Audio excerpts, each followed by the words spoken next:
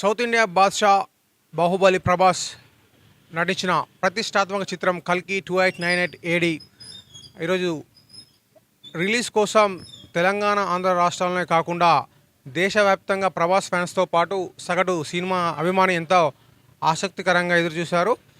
ఈరోజు దేశవ్యాప్తంగా 10,000 స్క్రీన్లలో రిలీజ్ అవుతున్న ఈ సినిమాకి తెలంగాణ రాష్ట్రంలో పలు చోట్ల బెనిఫిట్ షోలు వేయడం జరిగింది.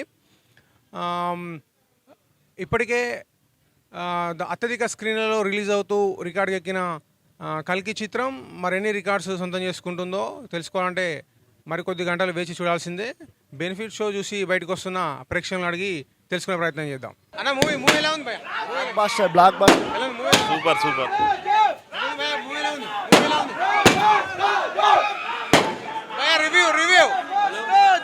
ఎట్లుంది మూవీ ఎలా ఉంది భయ్యా? మూవీ బుర్ర పాడు భయ్యా. క్లైమాక్స్ చూడండి, సచ్చిపోతారు ఒక్కొక్కడు. మామూలుగా లేదు సినిమా. చూడు ఎలా ఉన్నాయి కనబడుతుంది. క్లైమాక్స్ కోసం క్లైమాక్స్ లో మాత్రం గుద్ద చింపేసింది సినిమా. ఫస్ట్ హాఫ్ ఎలా ఉంది? ఫస్ట్ హాఫ్ లో వచ్చేసి మాత్రం కామెడీ పీక్స్ అన్న, కామెడీ. సెకండ్ హాఫ్ మాత్రం యుద్ధం మహాభారతం గుస్బంస్ వచ్చేసింది. బాగుందన్న, చాలా బాగుంది. బాగుందన్న, ఎక్సలెంట్ అన్న, ఇర్రగా తీసిండు. సూపర్ బాగుంది మూవీ బాగుంది. సూపర్ అన్న, సూపర్ అన్న, మైండ్ బ్లోయింగ్ అన్న. ఇది పురాణాల గురించి నాగశ్విన్ కల్కి అవతారం గురించి ఎలా ప్రజెంట్ చేశారు అన్న? సినిమా అయితే సూపర్ అన్న, ప్రతి ఒక్క క్యారెక్టర్ సూపర్ గా చెప్పారు. ప్రభాస్ ఎలివేషన్ సీన్స్ ఎలా ఉన్నాయి? వేరే ఘోరం ఇది. ఇండస్ట్రీ మొత్తం బాహుబలి 3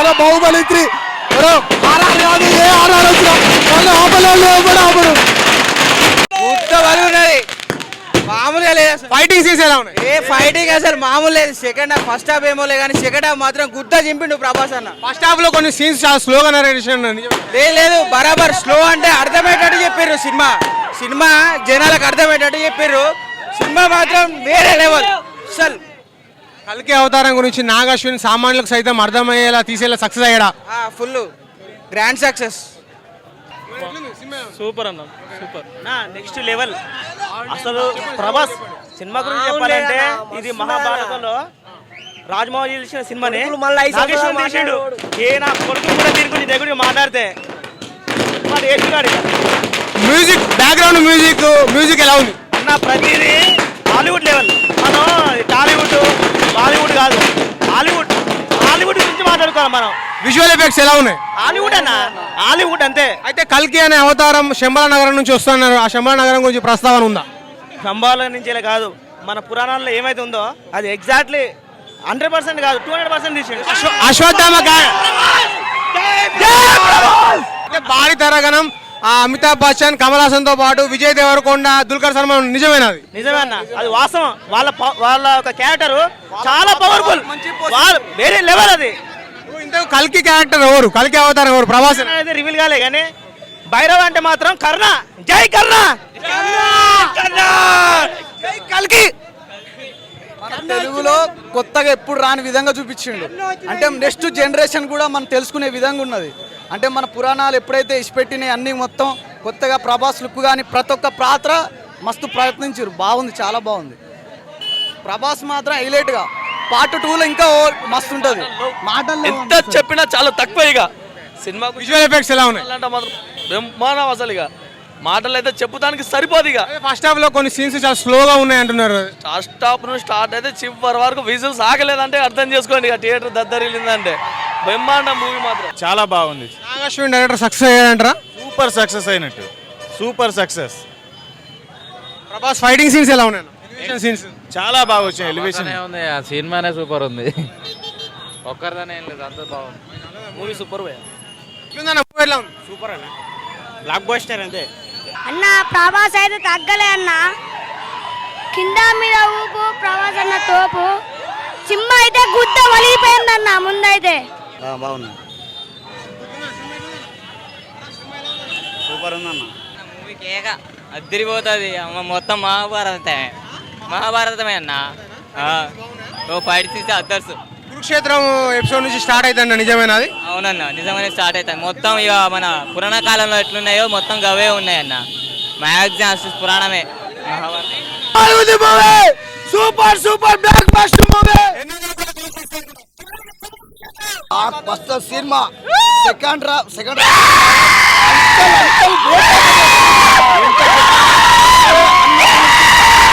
ఎవరు ఎదురు లేదు, అన్నకు తిరుగులేదు.